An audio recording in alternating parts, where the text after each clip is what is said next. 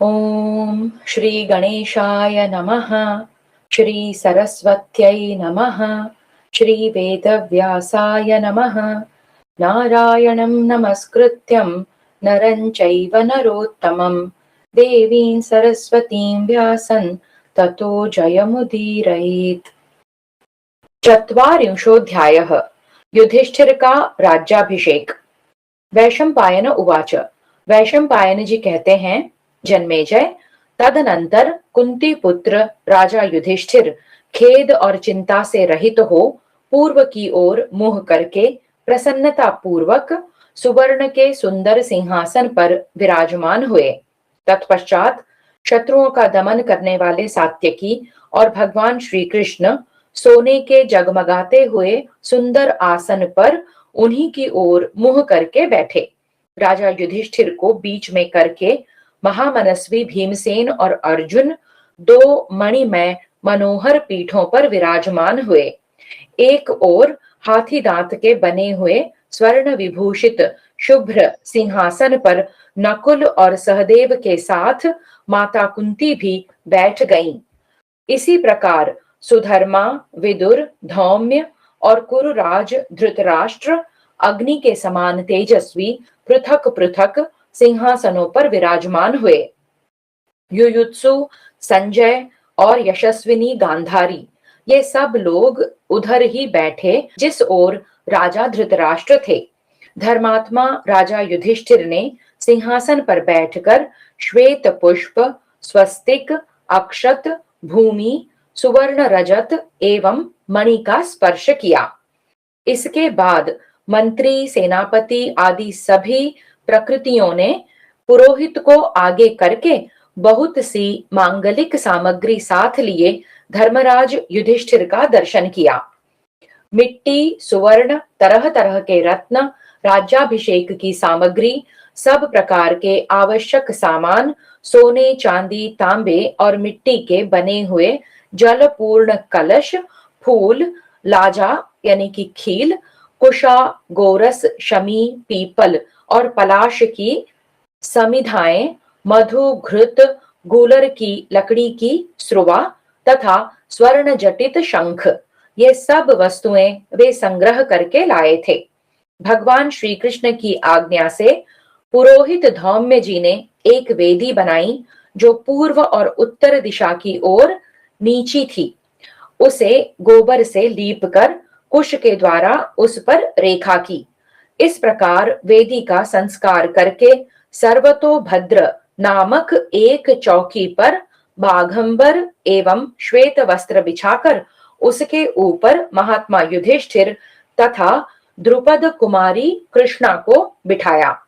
उस चौकी के पाए और बैठने के आधार बहुत मजबूत थे। सुवर्ण जटित होने के कारण वह आसन प्रज्वलित अग्नि के समान प्रकाशित हो रहा था।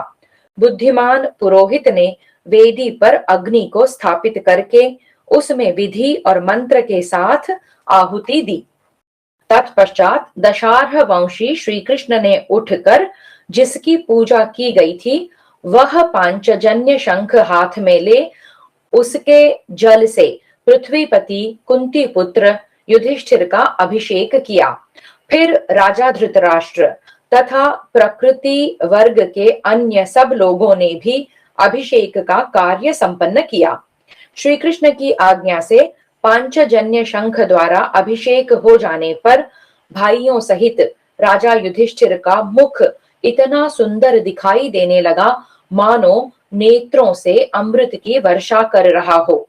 तदनंतर वहां बाजा बजाने वाले लोग पणव, आनक तथा दुंदुभि की ध्वनि करने लगे। धर्मराज युधिष्ठिर ने भी धर्मानुसार वह सारा स्वागत सत्कार स्वीकार किया।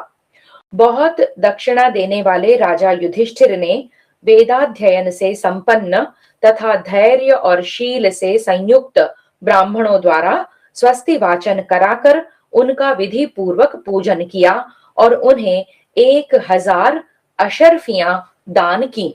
राजन, इससे प्रसन्न होकर उन ब्राह्मणों ने उनके कल्याण का आशीर्वाद दिया और जय जयकार की। वे सभी ब्राह्मण हंस के समान गंभीर स्वर में बोलते हुए राजा युधिष्ठिर की इस प्रकार प्रशंसा करने लगे। पांडुनंदन महाबाहु युधिष्ठिर, तुम्हारी विजय हुई, यह बड़े भाग्य की बात है। महातेजस्वी नरेश, तुमने पराक्रम से अपना धर्मानुकूल राज्य प्राप्त कर लिया, यह भी सौभाग्य का ही सूचक है। गांडीवधारी अर्जुन, पांडुपुत्र भीमसेन, तुम और माद्री पुत्र पांडु कुमार नकुल सहदेव, ये सभी शत्रुओं पर विजय पाकर इस वीर विनाशक संग्राम से कुशल पूर्वक बच गए। इसे भी महान सौभाग्य की ही बात समझनी चाहिए। भारत, अब आगे जो कार्य करने हैं उन सब को शीघ्र पूर्ण कीजिए। भरत नंदन, तत्पश्चात समागत सज्जनों ने धर्मराज युधिष्ठिर का पुनः सत्कार किया। फिर उन्होंने सुहृदों के साथ अपने विशाल राज्य का भार हाथों में ले लिया। इस प्रकार श्री महाभारत शांति पर्व के अंतर्गत राजधर्मानुशासन पर्व में युधिष्ठिर का राज्याभिषेक विषयक 40वां अध्याय पूरा हुआ। 1/4 राजा युधिष्ठिर का धृतराष्ट्र के अधीन रहकर राज्य की व्यवस्था के लिए भाइयों तथा अन्य लोगों को विभिन्न कार्यों पर नियुक्त करना। वैशंपायन उवाच। वैशंपायन जी कहते हैं, जन्मेजय, मंत्री प्रजा आदि के उस देश कालोचित वचन को सुनकर राजा युधिष्ठिर ने उसका उत्तर देते हुए कहा, निश्चय ही हम सभी पांडव धन्य हैं, जिनके गुणों का बखान यहाँ पधारे हुए सभी ब्राह्मण कर रहे हैं। हम में वास्तव में वे गुण हो या ना हो, आप लोग हमें गुणवान बता रहे हैं। हमारा विश्वास है कि आप लोग निश्चय ही हमें अपने अनुग्रह का पात्र समझते हैं, तभी तो ईर्ष्या और द्वेष छोड़कर हमें इस प्रकार गुण संपन्न बता रहे हैं।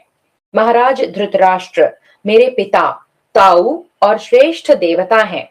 जो लोग मेरा प्रिय करना चाहते हो, उन्हें सदा उनकी आज्ञा के पालन तथा हित साधन में लगे रहना चाहिए। अपने भाई बंधुओं का इतना बड़ा संहार करके मैं इन्हीं महाराज के लिए जी रहा हूँ। मुझे नित्य निरंतर आलस्य छोड़कर इनकी सेवा शुश्रूषा में संलग्न रहना चाहिए। यदि आप सब सुहृदों का मुझ पर अनुग्रह हो तो आप लोग महाराज धृतराष्ट्र के प्रति वैसा ही भाव और बर्ताव बनाए रखें जैसा पहले रखते थे। ये ही संपूर्ण जगत के, आप लोगों के और मेरे भी स्वामी हैं। यह सारी पृथ्वी और ये समस्त पांडव इन्हीं के अधिकार में हैं। आप सब लोग मेरी इस प्रार्थना को अपने हृदय में स्थान दें। इसके बाद राजा युधिष्ठिर ने नगर और जनपद के निवासियों को यह आज्ञा दी कि आप लोग इच्छानुसार अपने अपने स्थानों को पधारें। इस प्रकार उन सब को विदा करके कुरुनंदन युधिष्ठिर ने कुंती कुमार भीमसेन को युवराज के पद पर प्रतिष्ठित किया। फिर उन्होंने बड़ी प्रसन्नता के साथ बुद्धिमान विदुर जी को मंत्रणा, कर्तव्य निश्चय तथा 6 गुणों के चिंतन के कार्य में नियुक्त किया। टिप्पणियां हैं, राजकाज के संबंध में गुप्त सलाह देना ये मंत्रणा है। संधि, विग्रह, यान, आसन, द्वैधी भाव तथा समाश्रय, ये 6 राजा के नीति संबंधी गुण हैं। कौन सा कार्य हुआ और कौन सा नहीं हुआ, इसकी जांच करने तथा आय और व्यय पर विचार करने के कार्य में उन्होंने सर्वगुण संपन्न वयोवृद्ध संजय को लगाया। सेना की गणना करना, उसे भोजन और वेतन देना तथा उसके काम की देखभाल करना, इन सब कार्यों का भार राजा युधिष्ठिर ने नकुल को सौंप दिया। महाराज, शत्रुओं के देश पर चढ़ाई करने तथा दुष्टों का दमन करने के कार्य में युधिष्ठिर ने अर्जुन को नियुक्त किया। ब्राह्मणों और देवताओं से संबंध रखने वाले कार्यों पर तथा अन्यान्य ब्राह्मणोचित कर्तव्यों पर सदा के लिए पुरोहितों में श्रेष्ठ धौम्य जी की नियुक्ति की गई। प्रजानाथ सहदेव को राजा युधिष्ठिर ने सदा ही अपने पास रहने का आदेश दिया। उन्हें सभी अवस्थाओं में राजा की रक्षा का काम सौंपा गया था। प्रसन्न हुए महाराज युधिष्ठिर ने जिन जिन लोगों को जिन जिन कार्यों के योग्य समझा, उन उनको उन्हीं उन्हीं कार्यों पर नियुक्त किया। तत्पश्चात शत्रुवीरों का संहार करने वाले धर्म वत्सल धर्मात्मा युधिष्ठिर ने विदुर, संजय तथा परम बुद्धिमान युयुत्सु से कहा, आप लोगों को सदा सावधान रहकर प्रतिदिन उठ उठकर मेरे ताऊ महाराज धृतराष्ट्र की सेवा का सारा आवश्यक कार्य यथोचित रूप से संपन्न करना चाहिए। पुरवासियों और जनपद निवासियों के भी जो जो कार्य हों, उन्हें इन्हीं महाराज की आज्ञा लेकर पृथक पृथक पूर्ण करना चाहिए। इस प्रकार श्री महाभारत शांति पर्व के अंतर्गत राजधर्मानुशासन पर्व में भीमसेन आदि की भिन्न भिन्न कार्यों में नियुक्ति विषयक 41वां अध्याय पूरा हुआ।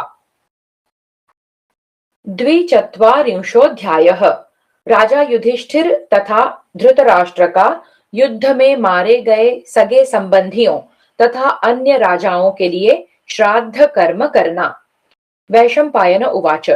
वैशंपायन जी कहते हैं, राजन, तदनंतर उदार बुद्धि राजा युधिष्ठिर ने जाति, भाई और कुटुंबी जनों में से जो लोग युद्ध में मारे गए थे, उन सब के अलग अलग श्राद्ध करवाए।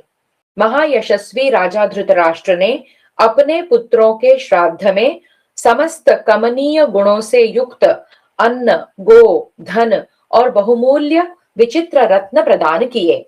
युधिष्ठिर ने द्रौपदी को साथ लेकर आचार्य द्रोण, महामना कर्ण, धृष्टद्युम्न, अभिमन्यु, राक्षस घटोत्कच, विराट आदि उपकारी सुहृद द्रुपद तथा द्रौपदी कुमारों का श्राद्ध किया। उन्होंने प्रत्येक के उद्देश्य से हजारों ब्राह्मणों को अलग अलग धन, रत्न, गौ और वस्त्र देकर संतुष्ट किया।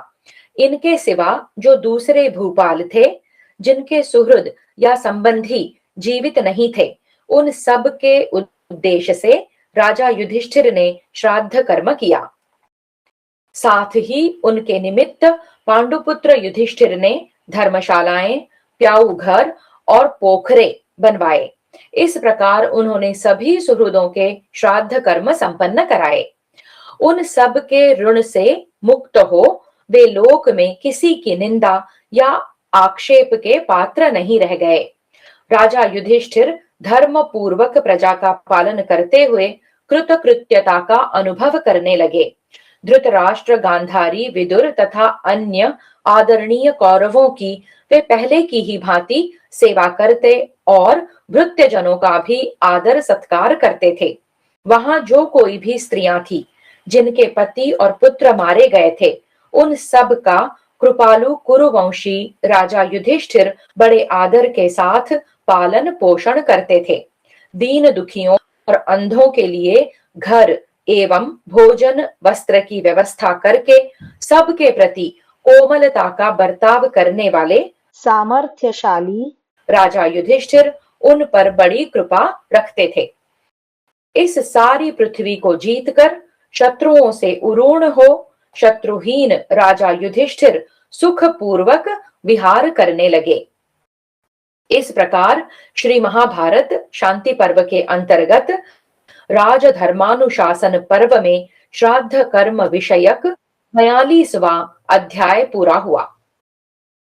43 युधिष्ठिर द्वारा भगवान श्री कृष्ण की स्तुति। वैशंपायन उवाच।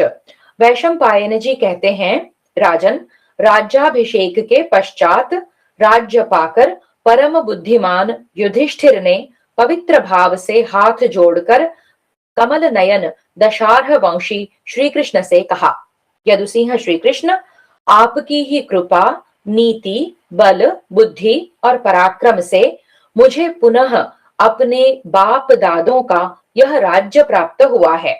शत्रुओं का दमन करने वाले कमल नयन, आपको बारंबार नमस्कार है। अपने मन और इंद्रियों को संयम में रखने वाले द्विज, एकमात्र आपको ही अंतर्यामी पुरुष एवं उपासना करने वाले भक्तों का प्रतिपालक बताते हैं। साथ ही वे नाना प्रकार के नामों द्वारा आपकी स्तुति करते हैं। यह संपूर्ण विश्व आपकी लीलामयी सृष्टि है।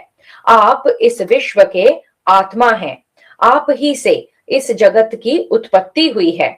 आप ही व्यापक होने के कारण विष्णु, विजयी होने से जिष्णु, दुख और पाप हर लेने से हरि, अपनी ओर आकृष्ट करने के कारण कृष्ण, विकुंठ धाम के अधिपति होने से वैकुंठ, तथा क्षर अक्षर पुरुष से उत्तम होने के कारण पुरुषोत्तम कहलाते हैं। आपको नमस्कार है। आप पुराण पुरुष परमात्मा ने ही 7 प्रकार से अदिति के गर्भ में अवतार लिया है। आप ही पृश्नी गर्भ के नाम से प्रसिद्ध हैं। विद्वान लोग तीनों युगों में प्रकट होने के कारण आपको त्रियुग कहते हैं। आपकी कीर्ति परम पवित्र है। आप संपूर्ण इंद्रियों के प्रेरक हैं। घृत ही जिसकी ज्वाला है, वह यज्ञ पुरुष आप ही हैं। आप ही हंस यानी विशुद्ध परमात्मा कहे जाते हैं। त्रिनेत्रधारी भगवान शंकर और आप एक ही हैं। आप सर्वव्यापी होने के साथ ही दामोदर, यशोदा मैया के द्वारा बंध जाने वाले नटवर नागर भी हैं। वराह अग्नि बृहद भानु, यानी कि सूर्य, वृषभ यानी धर्म, गरुड़ ध्वज, अनीक साह यानी शत्रु सेना का वेग, सह सकने वाले, पुरुष यानी अंतर्यामी, शिपिविष्ट यानी सबके शरीर में आत्मा रूप से प्रविष्ट, और उरुक्रम यानी वामन, ये सभी आपके ही नाम और रूप हैं। सबसे श्रेष्ठ भयंकर सेनापति, सत्य स्वरूप, अन्नदाता तथा स्वामी कार्तिकेय भी आप ही हैं। आप स्वयं कभी युद्ध से विचलित न होकर शत्रुओं को पीछे हटा देते हैं। संस्कार संपन्न द्विज और संस्कार शून्य वर्ण संकर भी आपके ही स्वरूप हैं। आप कामनाओं की वर्षा करने वाले वृष यानी कि धर्म हैं। कृष्ण धर्म, यज्ञ स्वरूप और सबके आदि कारण आप ही हैं। वृषदर्भ यानी इंद्र के दर्प का दलन करने वाले, और वृषाकपि हरिहर भी आप ही हैं। आप ही सिंधु यानी समुद्र, विधर्म यानी निर्गुण परमात्मा, त्रिककुप यानी ऊपर नीचे और मध्य ये 3 दिशाएं, त्रिधामा सूर्य चंद्र और अग्नि ये त्रिविध तेज, तथा वैकुंठ धाम से नीचे अवतीर्ण होने वाले भी हैं। आप सम्राट, विराट, स्वराट और देवराज इंद्र हैं। यह संसार आप ही से प्रकट हुआ है। आप सर्वत्र व्यापक, नित्य सत्ता रूप और निराकार परमात्मा हैं। आप ही कृष्ण, सबको अपनी ओर खींचने वाले, और कृष्ण वर्तमा यानी अग्नि हैं। आप ही को लोग अभीष्ट साधक, अश्विनी कुमारों के पिता सूर्य, कपिल मुनि, वामन, यज्ञ, ध्रुव, गरुड़ तथा यज्ञसेन कहते हैं। आप अपने मस्तक पर मोर का पंख धारण करते हैं। आप ही पूर्व काल में राजा नहुष होकर प्रकट हुए हैं। आप संपूर्ण आकाश को व्याप्त करने वाले महेश्वर तथा एक ही पैर में आकाश को नाप लेने वाले विराट हैं। आप ही पुनर्वसु नक्षत्र के रूप में प्रकाशित हो रहे हैं। सुबभ्रु अत्यंत पिंगल वर्ण, रुक्म यज्ञ यानी सुवर्ण की दक्षिणा से भरपूर यज्ञ, सुषेण यानी सुंदर सेना से संपन्न तथा दुंदुभी स्वरूप हैं।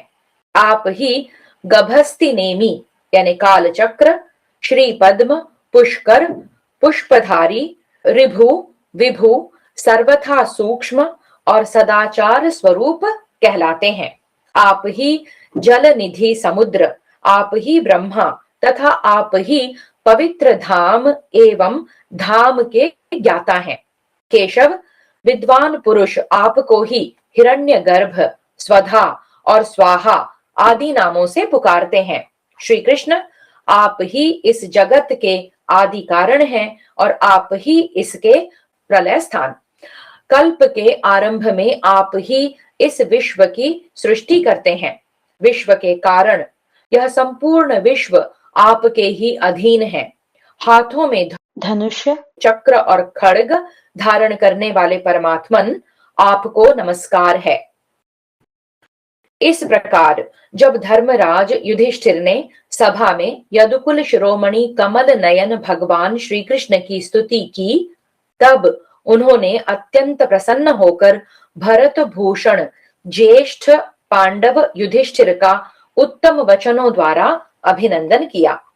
जो धर्मराज युधिष्ठिर द्वारा वर्णित भगवान श्री कृष्ण के इन 100 नामों का पाठ या श्रवण करता है, वह सब पापों से मुक्त हो जाता है। इस प्रकार श्री महाभारत शांति पर्व के अंतर्गत राजधर्मानुशासन पर्व में भगवान श्री कृष्ण की स्तुति विषयक 43वां अध्याय पूरा हुआ।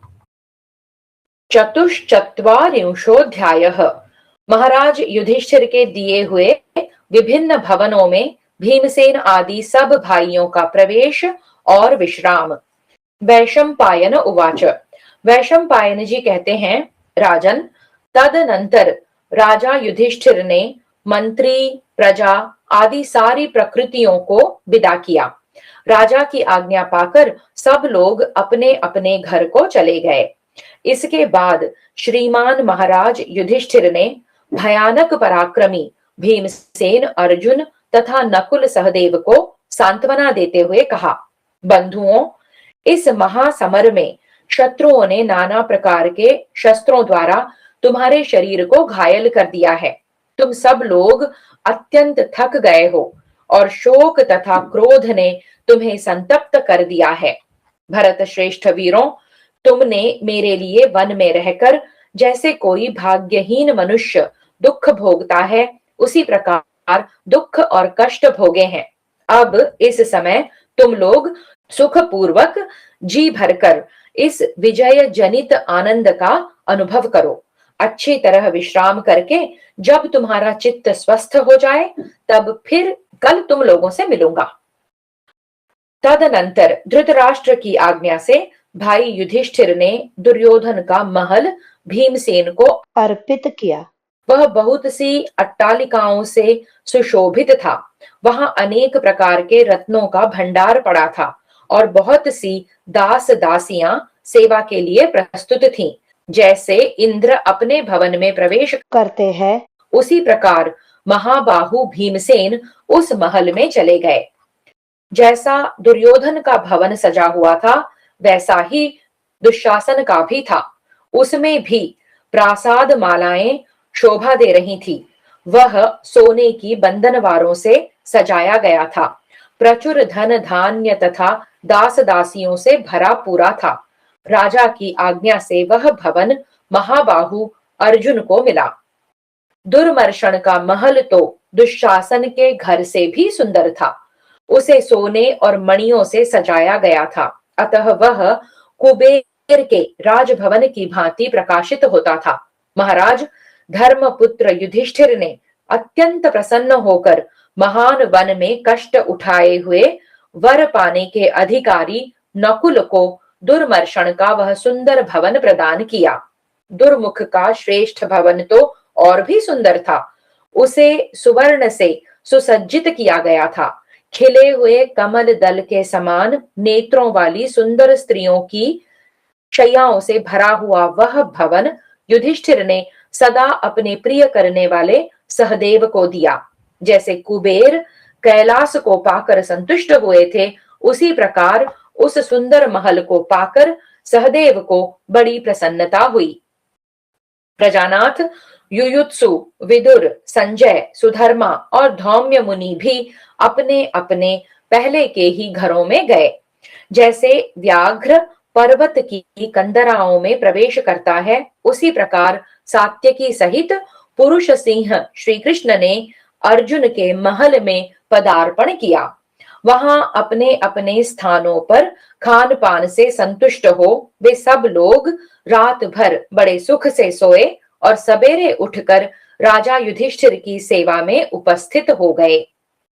इस प्रकार श्री महाभारत शांति पर्व के अंतर्गत राज धर्मानुशासन पर्व में गृहों का विभाजन विषयक 44वां अध्याय पूरा हुआ। पंचचत्वारिंशोऽध्यायः युधिष्ठिर के द्वारा ब्राह्मणों तथा आश्रितों का सत्कार एवं दान और श्री कृष्ण के पास जाकर उनकी स्तुति करते हुए कृतज्ञता का प्रकाशन। जन्मेजय उवाच, जन्मेजय ने पूछा, विप्रवर, राज्य पाने के पश्चात धर्मपुत्र महाबाहु युधिष्ठिर ने और कौन कौन सा कार्य किया था, यह मुझे बताने की कृपा करें। महर्षि, तीनों लोकों के परम गुरु वीरवर भगवान श्री कृष्ण ने भी क्या क्या किया था, यह भी विस्तार पूर्वक बतावें। वैशंपायन उवाच, वैशंपायन जी ने कहा, निष्पाप नरेश, भगवान श्री कृष्ण को आगे करके पांडवों ने जो कुछ किया था उसे ठीक ठीक बताता हूं, ध्यान देकर सुनो। महाराज, कुंती पुत्र युधिष्ठिर ने राज्य प्राप्त करने के बाद सबसे पहले चारों वर्णों को योग्यता अनुसार अपने अपने स्थान यानी कर्तव्य पालन में स्थिर किया। तत्पश्चात सहस्रों महामना स्नातक ब्राह्मणों में से प्रत्येक को पांडुपुत्र युधिष्ठिर ने 1,000 स्वर्ण मुद्राएं दिलवाई। इसी तरह जिनकी जीविका का भार उन्हीं के ऊपर था, उन भृत्यों, शरणागतों तथा अतिथियों को उन्होंने इच्छानुसार भोग्य पदार्थ देकर संतुष्ट किया। दीन दुखियों तथा पूछे हुए प्रश्नों का उत्तर देने वाले ज्योतिषियों को भी संतुष्ट किया। अपने पुरोहित धौम्य जी को उन्होंने 10,000 गायें, धन, सोना, चांदी तथा नाना प्रकार के वस्त्र दिए। महाराज, राजा ने कृपाचार्य के साथ वही बर्ताव किया जो एक शिष्य को अपने गुरु के साथ करना चाहिए। नियम पूर्वक व्रत का पालन करने वाले युधिष्ठिर जी ने विदुर जी का भी पूजनीय पुरुष की भांति सम्मान किया। दाताओं में श्रेष्ठ युधिष्ठिर ने समस्त आश्रित जनों को खाने पीने की वस्तुएं, भांति भांति के कपड़े, शैया तथा आसन देकर संतुष्ट किया। नृपश्रेष्ठ महायशस्वी राजा युधिष्ठिर ने इस प्रकार प्राप्त हुए धन का यथोचित विभाग करके उसकी शांति की तथा युयुत्सु एवं धृतराष्ट्र का विशेष सत्कार किया। धृतराष्ट्र, गांधारी तथा विदुर जी की सेवा में अपना सारा राज्य समर्पित करके राजा युधिष्ठिर स्वस्थ एवं सुखी हो गए। भरत श्रेष्ठ, इस प्रकार संपूर्ण नगर की प्रजा को प्रसन्न करके वे हाथ जोड़कर महात्मा वसुदेव नंदन श्री कृष्ण के पास गए। उन्होंने देखा भगवान श्री कृष्ण मणियों तथा सुवर्ण से भूषित एक बड़े पलंग पर बैठे हैं। उनकी श्याम सुंदर छवि नील मेघ के समान सुशोभित हो रही है। उनका श्री विग्रह दिव्य तेज से उद्भासित हो रहा है। एक एक अंग दिव्य आभूषणों से विभूषित है। श्याम शरीर पर रेशमी पीतांबर धारण किए भगवान सुवर्ण जटित नीलम के समान जान पड़ते हैं।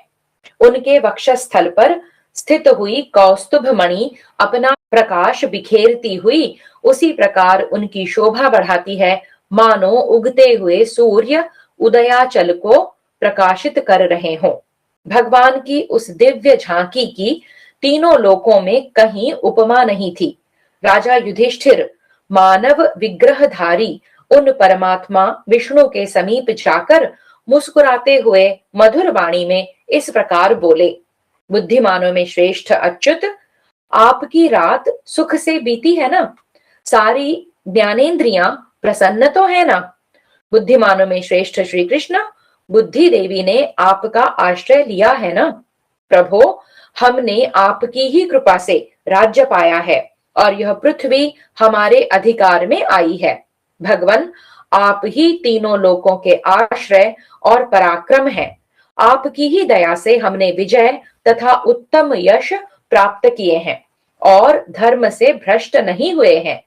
शत्रुओं का दमन करने वाले धर्मराज युधिष्ठिर इस प्रकार कहते चले जा रहे थे, परंतु भगवान ने उन्हें कोई उत्तर नहीं दिया।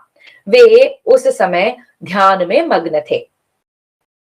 इस प्रकार श्री महाभारत शांति पर्व के अंतर्गत राजधर्मानुशासन पर्व में श्री कृष्ण के प्रति युधिष्ठिर का वचन विषयक 45वां अध्याय पूरा हुआ। षट्चत्वारिंशोऽध्यायः। युधिष्ठिर और श्री कृष्ण का संवाद, श्री कृष्ण द्वारा भीष्म की प्रशंसा तथा युधिष्ठिर को उनके पास चलने का आदेश। युधिष्ठिर उवाच। युधिष्ठिर ने पूछा, अमित पराक्रमी जगत के आश्रयदाता पुरुषोत्तम, आप यह किसका ध्यान कर रहे हैं? यह तो बड़े आश्चर्य की बात है। इस त्रिलोकी का कुशल तो है ना। आप तो जागृत, स्वप्न, सुषुप्ति तीनों अवस्थाओं से परे तुरीय ध्यान मार्ग का आश्रय लेकर स्थूल, सूक्ष्म और कारण तीनों शरीरों से ऊपर उठ गए हैं। इससे मेरे मन को बड़ा आश्चर्य हो रहा है। आपके शरीर में रहने वाली और श्वास प्रश्वास आदि 5 कर्म करने वाली प्राणवायु अवरुद्ध हो गई है। आपने अपनी प्रसन्न इंद्रियों को मन में स्थापित कर दिया है। गोविंद, मन और वाक आदि समस्त इंद्रियां आपके द्वारा बुद्धि में लीन कर दी गई है। समस्त गुणों को और इंद्रियों के अनुग्राहक देवताओं को आपने क्षेत्रज्ञ आत्मा में स्थापित कर दिया है। आपके रोंगटे खड़े हो गए हैं, जरा भी हिलते नहीं हैं। बुद्धि तथा मन भी स्थिर हैं। माधव, आप काठ, दीवार और पत्थर की तरह निश्चेष्ट हो गए हैं। भगवन, देवदेव, जैसे वायु शून्य स्थान में रखे हुए दीपक की लौ कांपती नहीं, एक तार जलती रहती है, उसी तरह आप भी स्थिर हैं, मानो पाषाण की मूर्ति हो। देव, यदि मैं सुनने का अधिकारी हूं और यदि यह आपका कोई गोपनीय रहस्य न हो, तो मेरे इस संशय का निवारण कीजिए।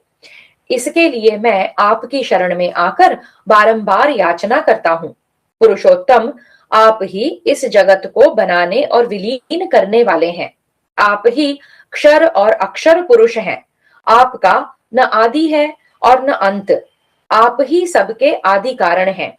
मैं आपकी शरण में आया हुआ भक्त हूँ और माथा टेक कर आपके चरणों में प्रणाम करता हूँ। धर्मात्माओं में श्रेष्ठ प्रभो, इस ध्यान का यथार्थ तत्व मुझे बता दीजिए। युधिष्ठिर की यह प्रार्थना सुनकर मन, बुद्धि तथा इंद्रियों को अपने स्थान में स्थापित करके इंद्र के छोटे भाई भगवान श्री कृष्ण मुस्कुराते हुए इस प्रकार बोले। वासुदेव उवाच। श्री कृष्ण ने कहा, राजन, बाण शैया पर पड़े हुए पुरुष सिंह भीष्म, जो इस समय बुझती हुई आग के समान हो रहे हैं, मेरा ध्यान कर रहे हैं, इसलिए मेरा मन भी उन्हीं में लगा हुआ है। बिजली की गड़गड़ाहट के समान जिनके धनुष की टंकार को देवराज इंद्र भी नहीं सह सके थे, उन्हीं भीष्म के चिंतन में मेरा मन लगा हुआ है। जिन्होंने काशीपुरी में समस्त राजाओं के समुदाय को वेग पूर्वक परास्त करके काशीराज की तीनों कन्याओं का अपहरण किया था, उन्हीं भीष्म के पास मेरा मन चला गया है, जो लगातार 23 दिनों तक भृगुनंदन परशुराम जी के साथ युद्ध करते रहे, तो भी परशुराम जी जिन्हें परास्त न कर सके, उन्हीं भीष्म के पास मैं मन के द्वारा पहुंच गया था। वे भीष्म जी अपनी संपूर्ण इंद्रियों की वृत्तियों को एकाग्र कर बुद्धि के द्वारा मन का संयम करके मेरी शरण में आ गए थे, इसीलिए मेरा मन भी उन्हीं में जा लगा था। तात, भूपाल, जिन्हें गंगा देवी ने विधि पूर्वक अपने गर्भ में धारण किया था और जिन्हें महर्षि वशिष्ठ के द्वारा वेदों की शिक्षा प्राप्त हुई थी, उन्हीं भीष्म जी के पास मैं मन ही मन पहुंच गया था। जो महातेजस्वी बुद्धिमान भीष्म दिव्यास्त्रों तथा अंगों सहित चारों वेदों को धारण करते हैं, उन्हीं के चिंतन में मेरा मन लगा हुआ था। पांडुकुमार, जो जमदग्नि नंदन परशुराम जी के प्रिय शिष्य तथा संपूर्ण विद्याओं के आधार हैं, उन्हीं भीष्म जी का मैं मन ही मन चिंतन करता था। भरत श्रेष्ठ, वे भूत भविष्य और वर्तमान तीनों कालों की बातें जानते हैं। धर्मज्ञों में श्रेष्ठ उन्हीं भीष्म का मैं मन ही मन चिंतन करने लगा था। पार्थ, जब पुरुष सिंह भीष्म अपने कर्मों के अनुसार स्वर्गलोक में चले जाएंगे, उस समय यह पृथ्वी अमावस्या की रात्रि के समान श्रीहीन हो जाएगी। अतः महाराज युधिष्ठिर, आप भयानक पराक्रमी गंगानंदन भीष्म के पास चलकर उनके चरणों में प्रणाम कीजिए और अपने मन में जो संदेह हो उसे पूछिए। पृथ्वीनाथ, धर्म अर्थ काम और मोक्ष, इन चारों विद्याओं को होता उद्गाता ब्रह्मा और अध्वर्यु से संबंध रखने वाले यज्ञादि कर्मों को, चारों आश्रमों के धर्मों को तथा संपूर्ण राजधर्मों को उनसे पूछिए। कौरव वंश का भार संभालने वाले भीष्म रूपी सूर्य जब अस्त हो जाएंगे, उस समय सब प्रकार के ज्ञानों का प्रकाश नष्ट हो जाएगा। इसलिए मैं आपको वहां चलने के लिए कहता हूं। भगवान श्री कृष्ण का वह उत्तम और यथार्थ वचन सुनकर धर्मज्ञ युधिष्ठिर का गला भर आया और वे आंसू बहाते हुए वहां श्री कृष्ण से कहने लगे, माधव, भीष्म जी के प्रभाव के विषय में आप जैसा कहते हैं वह सब ठीक है, उसमें मुझे भी संदेह नहीं है। महातेजस्वी केशव, मैंने महात्मा ब्राह्मणों के मुख से भी भीष्म जी के महान सौभाग्य और प्रभाव का वर्णन सुना है। शत्रुसूदन, यादव नंदन, आप संपूर्ण जगत के विधाता हैं। आप जो कुछ कह रहे हैं उसमें भी सोचने विचारने की आवश्यकता नहीं है। माधव, यदि आपका विचार मेरे ऊपर अनुग्रह करने का है तो हम लोग आपको ही आगे करके भीष्म जी के पास चलेंगे। महाबाहो, सूर्य के उत्तरायण होते ही कुरुकुल भूषण भीष्म देवलोक को चले जाएंगे, अतः उन्हें आपका दर्शन अवश्य प्राप्त होना चाहिए। आप आदिदेव तथा क्षर अक्षर पुरुष हैं। आपका दर्शन उनके लिए महान लाभकारी होगा, क्योंकि आप ब्रह्ममयी निधि हैं। वैशंपायन उवाच। वैशंपायन जी कहते हैं, राजन, धर्मराज का यह वचन सुनकर मधुसूदन श्री कृष्ण ने पास ही खड़े हुए सात्यकी से कहा, मेरा रथ जोत कर तैयार किया जाए। आज्ञा पाते ही सात्यकी श्री कृष्ण के पास से तुरंत बाहर निकल गए और दारूक से बोले, भगवान श्री कृष्ण का रथ तैयार करो। राजसिंह, सात्यकी का यह वचन सुनकर दारूक ने मरकत, चंद्रकांत तथा सूर्यकांत मणियों की ज्योतिर्मयी तरंगों से विभूषित उस उत्तम रथ को, जिसका एक एक अंग सुनहरे साजों से सजाया गया था तथा जिसके पहियों पर सोने के पत्र जड़े गए थे, जोत कर तैयार किया और हाथ जोड़कर भगवान श्री कृष्ण को इसकी सूचना दी।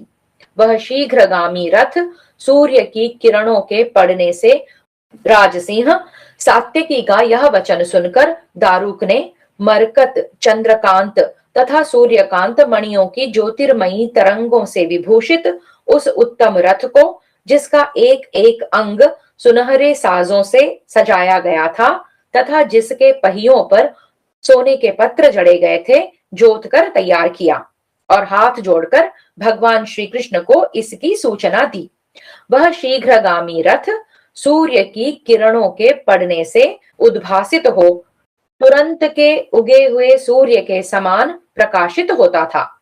उसके भीतरी भाग को नाना प्रकार की विचित्र मणियों से विभूषित किया गया था। वह प्रतापी रथ विचित्र गरुड़ चिन्हित ध्वजा और पताका से सुशोभित था। उसमें सोने के साज बाज से सजे हुए अंगों वाले मन के समान वेगशाली सुग्रीव और शैब्य आदि सुंदर घोड़े जुते हुए थे। इस प्रकार श्री महाभारत शांति पर्व के अंतर्गत राजधर्मानुशासन पर्व में महापुरुष स्तुति विषयक 46वां अध्याय पूरा हुआ। हरि ओम। श्री कृष्णार्पणमस्तु।